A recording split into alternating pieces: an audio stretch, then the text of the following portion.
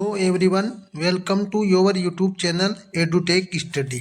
तो guys, ITI pass holders के लिए एक न्यू वैकेंसी निकाली गई थी कुछ दिनों पहले। अभी बीटीएससी की तरफ से आईटीआई पास होल्डर्स के लिए मैकेनिकल वर्क इंस्पेक्टर की वैकेंसीज का फुल नोटिफिकेशन आउट हुआ था। उसी वैकेंसी की रिगार्डिंग मैंने आपको वीडियो बना के बताया था कि ये वैकेंसी निकाली गई है, जिसमें total number of post 658 vacancy निकाली गई थी, जिसमें आईटीआई की फिटर, इलेक्ट्रिशियन, वायरमैन और मशीनिस्ट ट्रेड वालों को मौका दिया गया था। 4 ट्रेडों को इसमें फॉर्म फिलअप करने के लिए मौका दिया गया था। जो सभी ट्रेड वाले फॉर्म फिलअप कर सकते थे चारों। तो आप सभी स्टूडेंट ने अगर फॉर्म फिलअप नहीं किया है तो अपना फॉर्म फिलअप कर दीजिएगा। ये सभी ट्रेड वाले आप सभी के लिए अच्छी गोल्डन अपॉर्चुनिटी और सुनहरा अवसर है।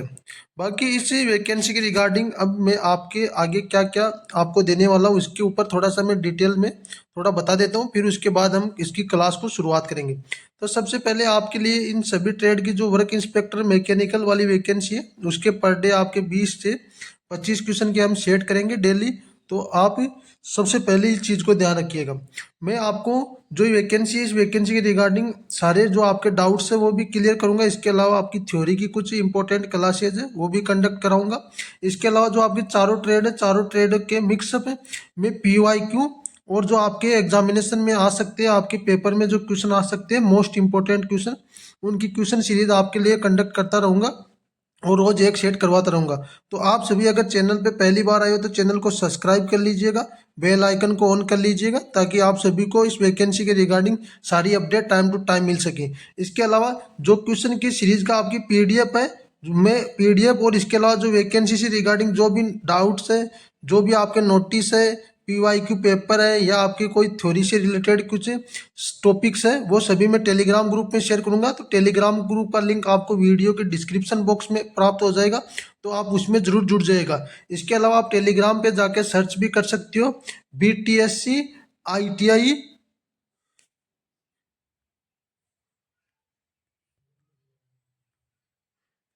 अगर आप टेलीग्राम ग्रुप पे सर्च करके जाना चाहते हो तो आप अपने आप से सर्च करके भी, जैसे सर्च करना आपको टेलीग्राम में एडुटेक एडुटेक डाल के फिर ITI, फिर उसके बाद BTSC आपको डालना है। तो आप चैनल को सर्च करके वहाँ से जुड़ जाइएगा, नहीं तो आपको वीडियो के डिस्क्रिप्शन बॉक्स में उसका लिंक मिल जाएगा, तो वहाँ से जाके भी आप टेलीग्राम ग्रुप को ज्वाइन कर लीजिएगा। तो आज का हमारी जो क्लास है उसमें पेपर सेट आपका 1 रहने वाला है, जिसके अंदर हम आज की क्लास में 20 क्वेश्चन करेंगे। चारों ट्रेड के मिक्सअप क्वेश्चन रहेंगे, आपके अच्छे अच्छे क्वेश्चन लेके आऊँगा मैं आप सभी के लिए आगे भी। तो आप इस चैनल पे जरूर जुड़ जाइएगा। तो सबसे पहला जो क्वेश्चन आपका फिल्टर ट्रेड से रहने वाला है, क्वेश्चन नंबर 1 आपका इंपॉर्टेंट क्वेश्चन है। जो 1 ईयर कैलिपर की न्यूनतम माप क्षमता लिस्ट काउंट सामान्यतः कितनी रहती है, ये फिल्टर ट्रेड से क्वेश्चन है। तो इसका ऑप्शन आपका 1 रहेगा 0.1 mm, 0.02 mm, 0.05 mm या 1 mm। तो इसका जो आंसर आपका 0.02 mm, ऑप्शन बी आपका आंसर रहेगा। इंपॉर्टेंट क्वेश्चन है, फिल्टर ट्रेड वालों का ये क्वेश्चन है। तो आप सभी को चारों ट्रेड के क्वेश्चन तैयार करने रहेंगे, क्योंकि आपके चारों ट्रेडों से आपके पेपर के अंदर सिलेबस रहेगा। पर ट्रेड आपके 4 क्वेश्चन रहेंगे, तो उस हिसाब से आपके 60 क्वेश्चन रहेंगे। उसके अलावा 20 क्वेश्चन आपके मैथ के रहेंगे और 20 क्वेश्चन आपके सामान्य ज्ञान है उसके रहेंगे। तो इस हिसाब से आपके 100 क्वेश्चन 100 मार्क्स के रहेंगे। तो इसके अलावा जो 1 ईयर कैलिपर है उसके बारे में हम थोड़ा डिटेल में देखें तो 1 ईयर कैलिपर का जो उपयोग है बहुत छोटी माप लेने के लिए किया जाता है। सामान्यतः जो 1 ईयर कैलिपर होता है उसके अंदर एक मेन स्केल डिवीजन होता है, उसमें 1 mm होता है और 50 1 ईयर इसके अंदर डिवीजन होते हैं। इसलिए लिस्ट काउंट 1/50 करेंगे तो हम सबसे जो कम रहता है उसका 0.2 mm 1 ईयर कैलिपर माप रहता है। यही कारण है कि 1 ईयर कैलिपर से बहुत कम सटीक माप भी हम ले सकते हैं, जो कि संभव होता है। इसके अलावा हम नेक्स्ट क्वेश्चन देखेंगे। जो क्वेश्चन आपका क्वेश्चन 2, किस फाइल का प्रयोग सॉफ्ट मेटल को फिनिश करने के लिए किया जाता है। जो मेटल होता है, मेटल का मतलब तो धातु ही होती है, तो उसमें हम कौन सी जो फाइल रहती है उसका प्रयोग उसको फिनिशिंग देने के लिए करते हैं। तो इसमें अंदर ऑप्शन ए रहेगा bastard file, second cut file, smooth file और रफ फाइल। तो इसका आंसर आपका ऑप्शन सी रहेगा। जो स्मूथ फाइल होती है उसका उपयोग हम सॉफ्ट को, जो मेटल होता है उसको सॉफ्ट तरीके से फिनिश करने के लिए स्मूथ फाइल का प्रयोग किया जाता है। स्मूथ फाइल के बारे में हम जैसे थोड़ा बहुत जानकारी लेते हैं। स्मूथ फाइल के दांत बहुत दांतें होती है ना, बहुत बारीक होते हैं और इसका उपयोग तब भी किया जाता है जब जॉब लगभग तैयार हो और केवल फिनिशिंग करनी है। जब हम ऑलरेडी जॉब को और कई प्रकार की फाइलों से पहले थोड़ा जो मोटा मोटा उसका काम कर लेते हैं, अभी थोड़ा लास्ट एंडिंग में अपन को फाइनलाइजेशन इसको करना है, तब इसकी फिनिशिंग करने के लिए इसका प्रयोग किया जाता है। और सॉफ्ट मेटल पर स्मूथ फाइल से सतह चिकनी और बेहतर फिनिश प्राप्त होती है। इसके आगे आपका नेक्स्ट क्वेश्चन रहेगा, क्वेश्चन नंबर 3, ड्रिल बिट का सामान्य पॉइंट एंगल कितना होता है। जो ड्रिल की आपकी बिट रहती है उसका जो पॉइंट एंगल है वो कितना रहता है, 90 डिग्री, 118 डिग्री, 135 डिग्री व 150 डिग्री। तो इसका आंसर रहेगा आपका ऑप्शन बी, जो 118 डिग्री है वो पॉइंट एंगल ड्रिल बिट का रहता है। जनरल पर्पज ट्विस्ट ड्रिल का मानक पॉइंट 118 डिग्री होता है। ये एंगल किसके आधार पर डिसाइड किया जाता है, जैसे ये angle steel, mild steel, cast iron जैसी धातु के लिए उपयुक्त होता है। क्वेश्चन नंबर 4 रहेगा आपका, निम्न में से कौन सा कार्य हॉट वर्किंग प्रोसेस कहलाता है। जैसे फिलिंग करना है या ड्रिलिंग करना है, फोर्गिंग करना है या ग्राइंडिंग करना है। तो फोर्गिंग रहेगा, उसका जो कार्य होता है हॉट वर्किंग प्रोसेस कहलाता है। फोर्गिंग में धातु को पहले गर्म किया जाता है, गर्म करने वाली कोई हॉट वर्किंग प्रोसेस कहा जाता है। तो और फिर हथौड़े या प्रेस से आकार दिया जाता है। जैसे धातुएं गर्म हो जाती है तो उसको हम हथौड़े से पीट कर उसकी जो आकार व शेप है वो बदल सकते हैं। इसके लिए जो, क्योंकि इस प्रक्रिया में तापमान पुनः स्पष्टीकरण करने से ऊपर होता है और इसलिए हॉट वर्किंग प्रोसेस कहते हैं। इसके आगे आपका नेक्स्ट क्वेश्चन रहेगा, जो शाफ्ट और हब को जोड़ने के लिए किस की का प्रयोग किया जाता है। जो शाफ्ट होती है और हब को जोड़ने के लिए कौन सी की का प्रयोग किया जाता है, तो गिब हेड की, वुड रब की और शेडल की और फीतर की। तो इसका आंसर रहेगा आपका वुड रब की का प्रयोग किया जाता है शाफ्ट और हब को जोड़ने के लिए। इसके बारे में थोड़ा हम ब्रीफ में देखेंगे। जैसे वुड रब की अर्धवर्त हाफ मून आकार की होती है। इसका उपयोग high speed soft automobile parts में किया जाता है क्योंकि ये अलाइनमेंट को बेहतर बनाती है। इसके आगे आपका नेक्स्ट क्वेश्चन रहेगा, इलेक्ट्रिशियन ट्रेड से हम कुछ क्वेश्चन देखेंगे। अभी हमने फिटर ट्रेड से देखे थे। तो इलेक्ट्रिशियन का जो ट्रेड का पहला क्वेश्चन रहेगा वो विद्युत धारा की ऐसा इकाई क्या होती है। तो विद्युत धारा जो धारा उसकी ऐसा इकाई क्या होती है, तो इसका आंसर रहेगा आपका ऑप्शन सी, एम्पियर विद्युत धारा की इकाई होती है। और ओम है, जैसे ओम की बात करें तो ये रेजिस्टेंस की इकाई ओम होती है। इसके अलावा जो वोल्ट है ये है वोल्ट, ए ऑप्शन था, बी ऑप्शन वाट था और जो सी ऑप्शन है विद्युत धारा की ऐसा इकाई एम्पियर होती है। विद्युत धारा की अर्थ होता है जैसे इलेक्ट्रॉनों का प्रवाह होता है उसको विद्युत धारा कहते हैं। जैसे जैसे इलेक्ट्रॉन प्रवाह करते हैं उसी को विद्युत धारा कहते हैं और इसकी ऐसा इकाई एम्पियर होती है। एक एम्पियर के अंदर कितने गुलाम होते हैं, एक एम्पियर बराबर होता है 1 गुलाम प्रति सेकंड का प्रवाह ही 1 गुलाम कहा जाता है। इसके आगे नेक्स्ट क्वेश्चन रहेगा आपका क्वेश्चन नंबर 7, घरेलू वायरिंग में सामान्यतः कौन सी सप्लाई प्रयोग की जाती है। जो आपकी घरों की वायरिंग रहती है उसमें आपकी कौन सी सप्लाई प्रयोग की जाती है, तो उसके अंदर आपको 2 वायर देखने को मिलेंगे।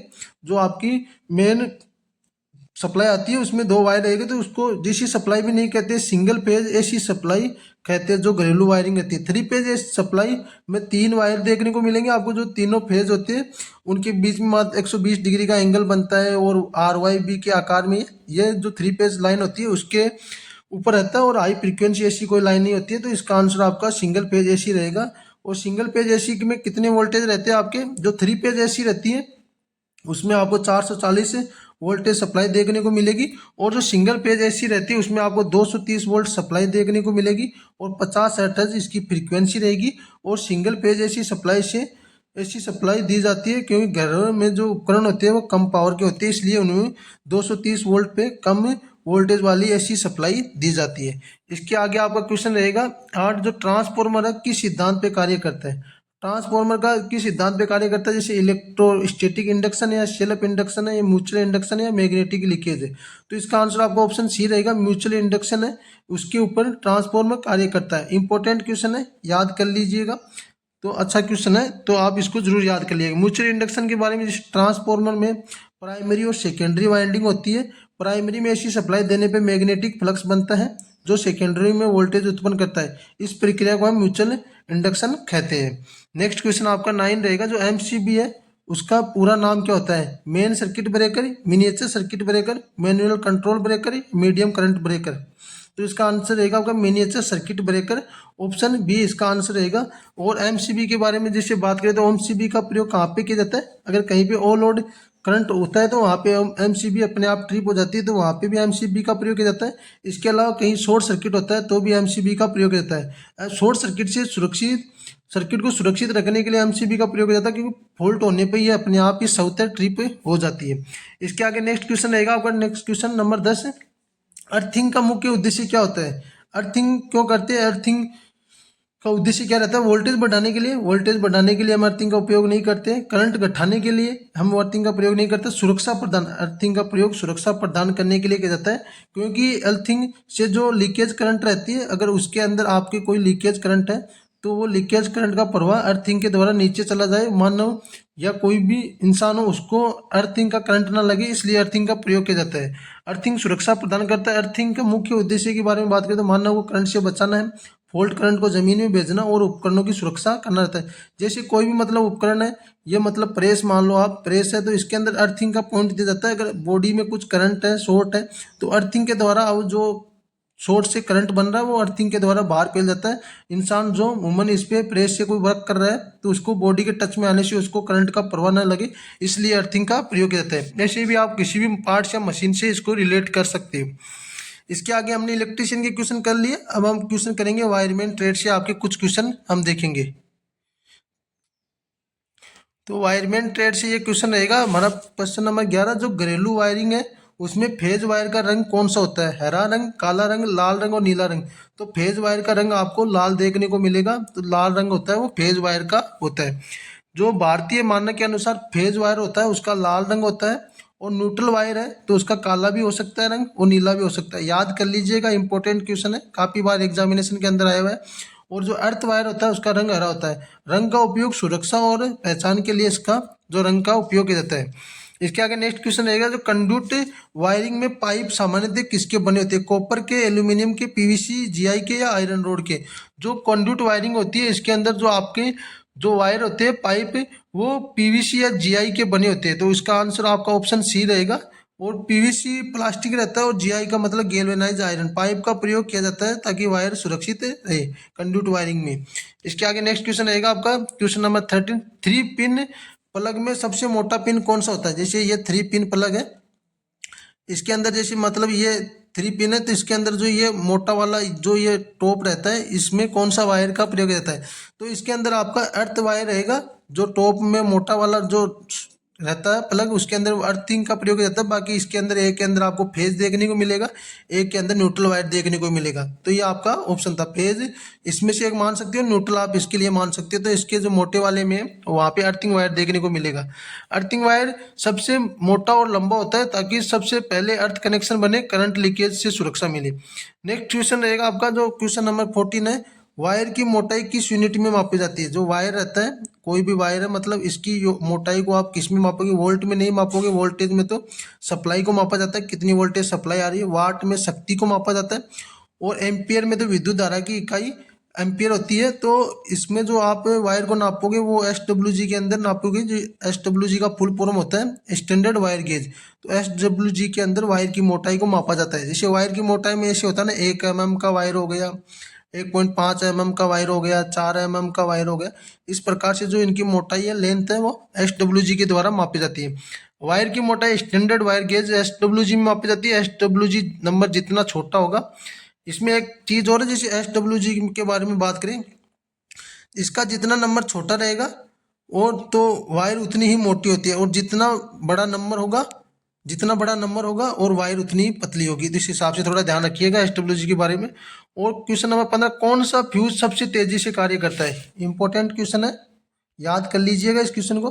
किटकैट फ्यूज है, HRC मतलब high rupturing fuse, high rupturing का फ्यूज है, या रिवायरेबल फ्यूज है, या कार्टेज फ्यूज है? तो HRC फ्यूज होता है, हाई रप्चरिंग कैपेसिटी वाला फ्यूज होता है, यह सबसे तेजी से कार्य करता है।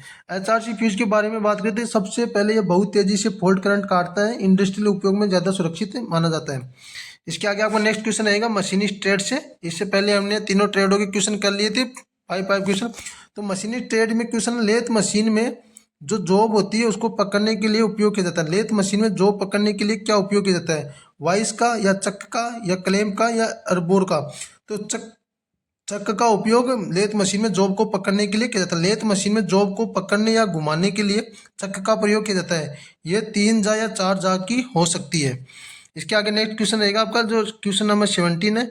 लेथ मशीन में टेपर टेपर कटिंग किस विधि से की जाती है। जो लेथ मशीन है उसमें टेपर कटिंग किस विधि से की जाती है, कंपाउंड स्लाइड से या टेल स्टॉक ऑफसेट से या फोरम टूल से। तो इसका आंसर आपको उपरोक्त सभी रहेगा। तीनों विधियों के द्वारा टेपर की कटिंग की जाती है। तो याद कर लीजिएगा, अच्छा क्वेश्चन आप सभी स्टूडेंट्स के लिए। तो लेथ की मशीन के बारे में बात करें, लेथ पर टेपर कटिंग के लिए कंपाउंड स्लाइड मेथड भी उपयोग होता है, टेल स्टॉक ऑफसेट मेथड भी उपयोग होता है और फोरम टूल मेथड तीनों से की जाती है। इसके आगे आपका नेक्स्ट क्वेश्चन रहेगा जो मिलिंग है, मिलिंग मशीन में कौन सा कटर प्रयोग किया जाता है। जो मिलिंग मशीन होती है उसमें कौन सा कटर प्रयोग किया जाता है, ड्रिल बिट, रिमर या एंड मिल या टेप। तो इसका आंसर आपका रहेगा एंड इसका आंसर रहेगा आपका एंड मिल का प्रयोग मिलिंग मशीन में कटर के रूप में प्रयोग होता है। मिलिंग मशीन में स्लॉट, पॉकेट, प्रोफाइल की कटिंग के लिए एंड मिल कटर का प्रयोग किया जाता है। तो इस क्वेश्चन को याद कर लीजिएगा, एंड मिल कटर का प्रयोग होता है। इंपॉर्टेंट क्वेश्चन है, नोट कर लीजिएगा इस क्वेश्चन को। बाकी इसके अलावा आगे नेक्स्ट क्वेश्चन की बात करें, लेथ मशीन में जो फीड है उसकी इकाई क्या होती है, mm/मिनट, mm या रिवोल्यूशन, RPM या डिग्री। तो इसका आंसर रहेगा mm/mm/REV इसकी फीड की इकाई होती है। लेथ मशीन में फीड को प्रति रेवोल्यूशन टूल कितने आगे बढ़ा है इसी आधार पर मापा जाता है। इसके लिए इसकी इकाई mm/रिवोल्यूशन होती है। क्वेश्चन नंबर 20 रहेगा जो सरफेस होता है, सरफेस फिनिश सुधारने के लिए कौन सा ऑपरेशन किया जाता है, फेसिंग, टर्निंग, ग्राइंडिंग या थ्रेडिंग। तो इसका आंसर रहेगा आपको ग्राइंडिंग का उपयोग किया जाता है सरफेस की फिनिश को सुधारने के लिए। एक्सप्लेनेशन, ग्राइंडिंग ऑपरेशन से बहुत अच्छी सरफेस फिनिश, उच्च सटीकता मिलती है, इसलिए इसे फिनिशिंग ऑपरेशन कहा जाता है। तो ये आप सभी के लिए इम्पोर्टेंट 20 क्वेश्चन थे। तो गाइज आप सभी स्टूडेंट्स के लिए मैं जो आपके मोस्ट इम्पोर्टेंट क्वेश्चन है वो रोज आपको क्वेश्चन कराऊंगा। जो BTSC की तरफ से वर्क इंस्पेक्टर मैकेनिकल की भर्ती है, तो आप चैनल पे पहली बार है तो चैनल को जुड़ जाएगा, सब्सक्राइब कर लीजिएगा और वीडियो के अंदर आप कमेंट करके बताइएगा आपको क्लास कैसी लगी।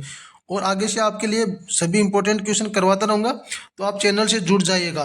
बाकी आपकी कोई इस वैकेंसी के रिगार्डिंग कोई डाउट या क्यूरी रहती है तो कमेंट बॉक्स में कमेंट करके बताइएगा, मैं आपका रिप्लाई दूंगा। बाकी इस क्वेश्चन सीरीज की जो PDF है मैं टेलीग्राम ग्रुप में शेयर करता रहूँगा, अब टेलीग्राम ग्रुप से जुड़ जाइएगा। टेलीग्राम ग्रुप का लिंक आपको वीडियो के डिस्क्रिप्शन बॉक्स में प्राप्त हो जाएगा। तो गाइज आज की क्लास में इतना ही, बाकी मिलते हैं नेक्स्ट क्लास में नई जानकारी के साथ। तब तक के लिए धन्यवाद दोस्तों।